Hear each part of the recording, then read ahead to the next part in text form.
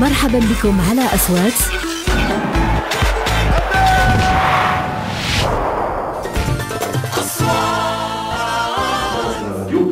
Notre invitée, Sophia Jalal, c'est une dame, et ça fait du bien d'avoir une dame qui est présidente d'une organisation, la présidente du GAM, du Groupement des annonceurs du Maroc. Merci beaucoup de nous avoir rejoint, Sophia Jalal. Merci Tammy, tout le plaisir est pour moi. Alors il faut dire aussi pour nos auditeurs, vous êtes un peu essoufflés parce que vous êtes bagarrés dans la circulation de Casablanca pour arriver. Ça fait partie de la vie des femmes qui sont actives et étant présidente du Groupement des annonceurs du Maroc, c'est normal. Alors je voudrais aussi dire que pour m'accompagner cette semaine et représenter la Vie Éco, c'est Souhail Haïli, le rédacteur en chef de la Vie Éco. Ravi de vous retrouver mon cher Souhail.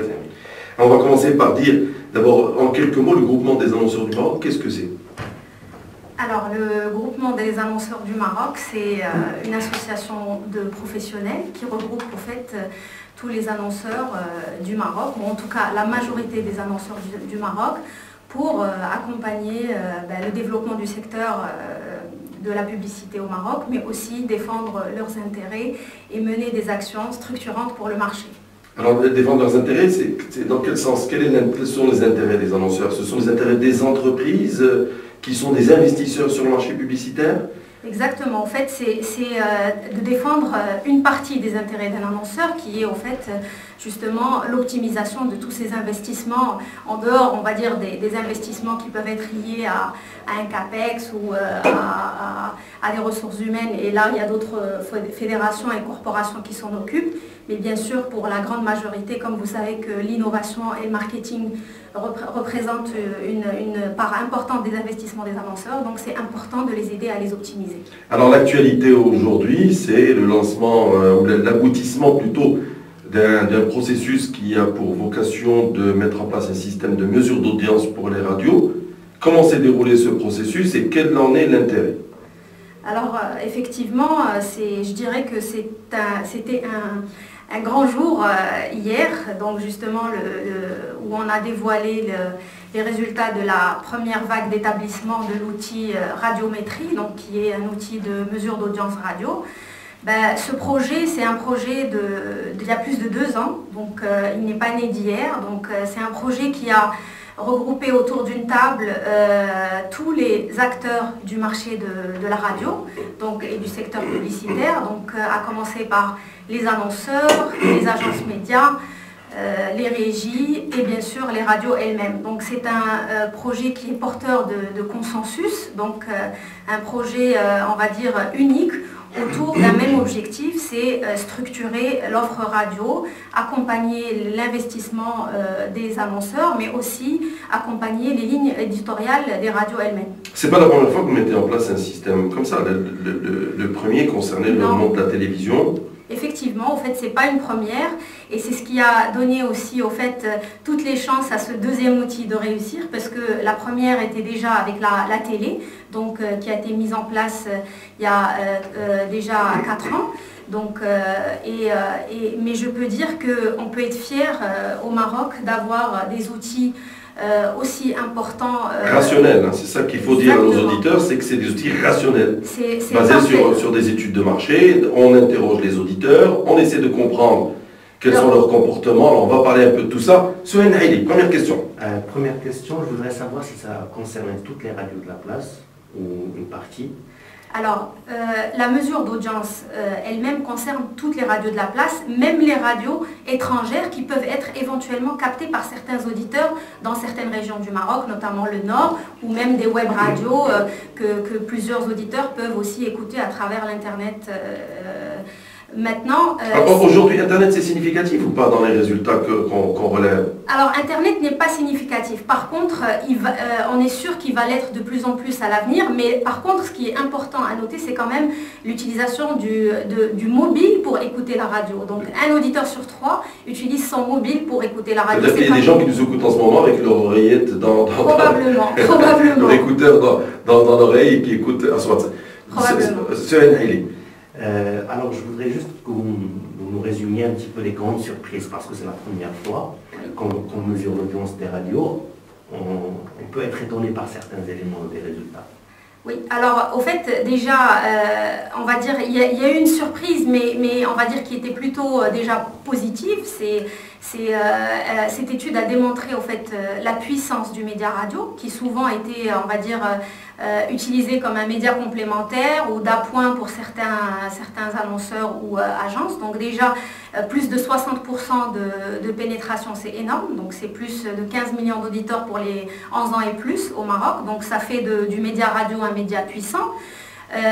Les surprises, oui, il y a certaines radios qui pouvaient, je veux dire, à travers des systèmes qui existaient auparavant mais qui n'étaient pas forcément très fiables ou n'étaient pas sur toute la population, pouvaient être, on va dire, parmi les premières, se retrouvent plutôt parmi les dernières. Donc, et c'est ça les règles du jeu.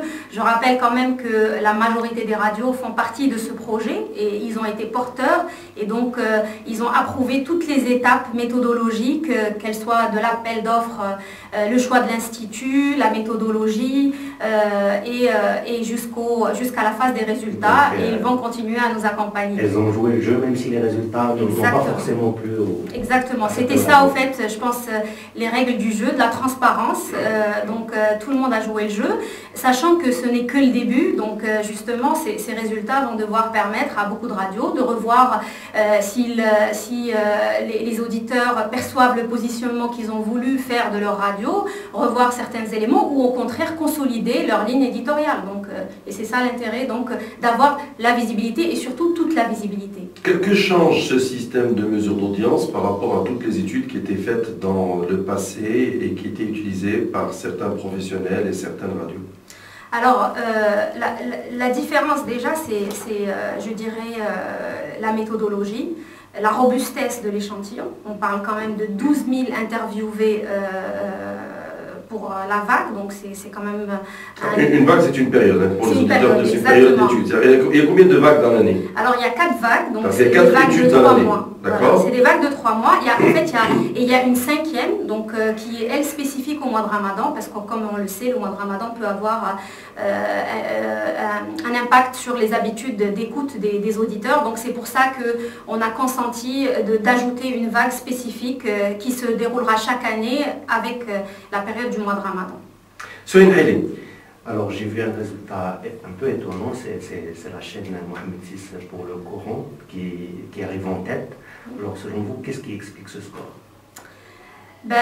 Écoutez, je pense que c'est les scores des auditeurs, donc c'est ce que les Marocains, on va dire en tout cas les 15% qui écoutent la radio, donc la station Mohamed VI, elle répond à leurs attentes. Et donc, je rappelle que c'est un échantillon représentatif, on va dire, de tout le Maroc. Donc, ça inclut le rural, l'urbain, toutes les villes du Maroc. Et donc, et c'est ça, je veux dire, pour chacune des chaînes, elle va percevoir donc sa part d'audience telle qu'elle est représentée par les différents auditeurs. Mais est-ce qu'on a une idée sur qui est-ce qui écoute cette chaîne? Ce sont plutôt des femmes, des hommes, des ruraux, des urbains? Alors en fait, on va dire il y a un peu de tout. Bon, bien sûr, tout le détail sera remis dans les jours qui viennent aux concernés. Donc en tout cas d'abord les différents intervenants du CIRAD et notamment la chaîne elle-même, ainsi que les annonceurs et les agences. Mais au fait, c'est clair que c'est assez prononcé au niveau du rural et de certaines régions, mais globalement, donc ça représente un peu les différentes CSP et les différents agences. Comment est financé ce genre de mesure d'audience, Sophia Jalel? Alors, ce système de mesure d'audience repose sur une contribution des acteurs du secteur. Donc, il y a les annonceurs qui contribuent à hauteur de 50%, donc, et les autres 50% sont répartis entre les radios et leurs régies. Donc la contribution des annonceurs, elle est indexée à leurs investissements. Par contre, bien sûr, pour les radios et les régies, c'est les autres 50% divisés à part, on va dire pas forcément égal, puisqu'on prend en considération aussi le nombre de bassins sur lesquels diffuse la radio.